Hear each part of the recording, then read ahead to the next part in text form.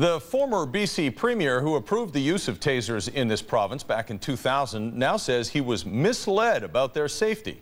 Ujjal Dosanjh says he was told during an official briefing that tasers were, quote, totally safe. He's now unconvinced and today told the inquiry into the police use of tasers that he believes they need further study. It's not what Ujjal Dosanjh wants to be known for, but he was the Premier in 2000 who cleared the use of tasers in BC.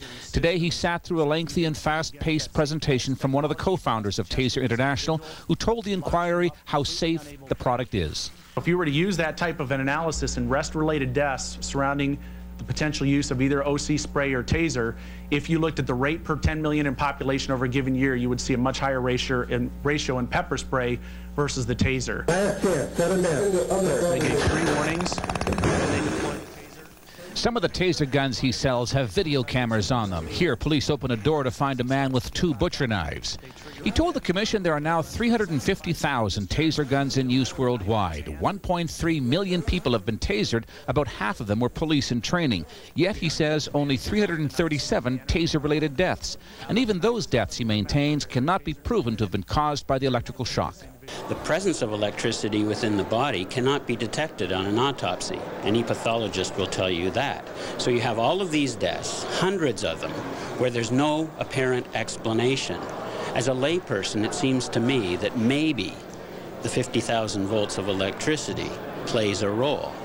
Taser International suggested to the commission, if not tasers, then what are police expected to use?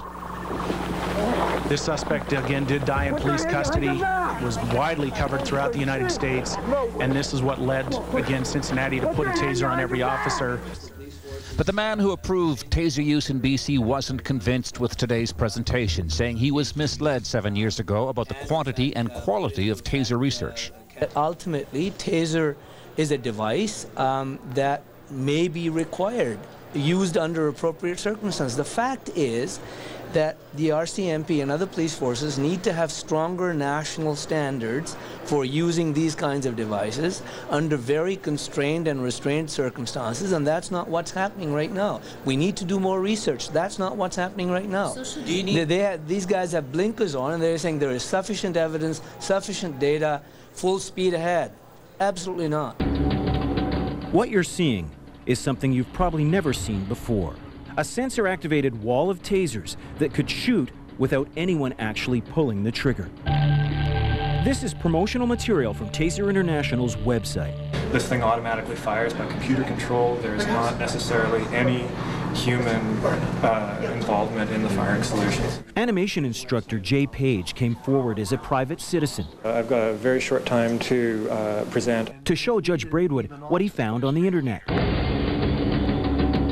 Here are some of the other new products: the Fire and Forget Taser Shotgun, and the TRAD device, the Taser Remote Area Denial.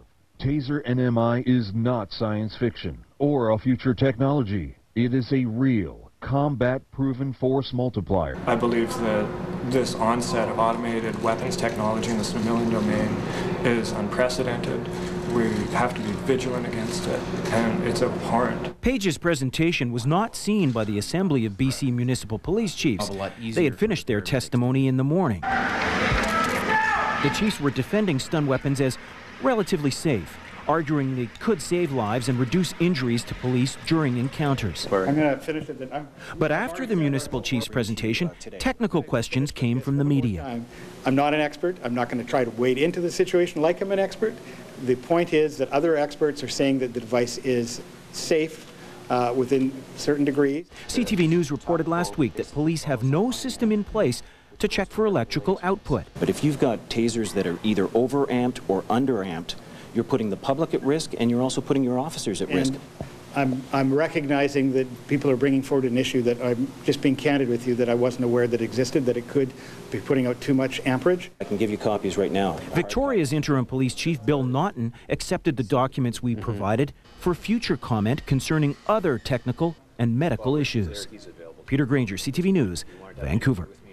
Meanwhile, the Metro Vancouver Transit Police, who have till now refused to testify at the inquiry, have been ordered to. BC Solicitor General says it's in the public's best interest, and the man who ordered the investigation into the actions of SkyTrain police says there's no reason why the force can't cooperate.